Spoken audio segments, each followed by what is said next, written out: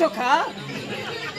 यानी हम ताकत ना ना तो कहतन कि हम छोड़ के चल दे तब वही तरह रह जाई हां अब वही तरह आती ना दे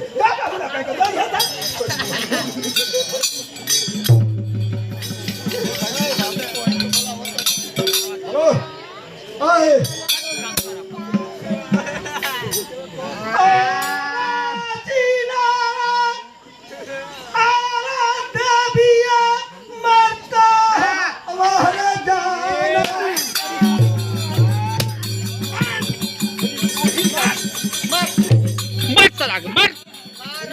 मारा की गाड़ी में धुआं बिक गया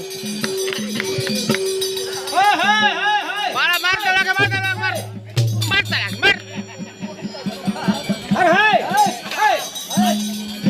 का है वो अरे भैया है अरे बताइबो कर्म भैया का भइला ए भैया हां छोड़ ई हो सोखा अच्छा हमार बा मेहरारू बीमार हां चमक सामान फूलों से ठीक करे अच्छा उमा तीसरी भीतर नहीं हां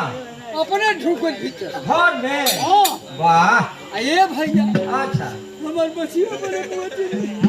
आई मौका कहते कि देवी कहीं बोही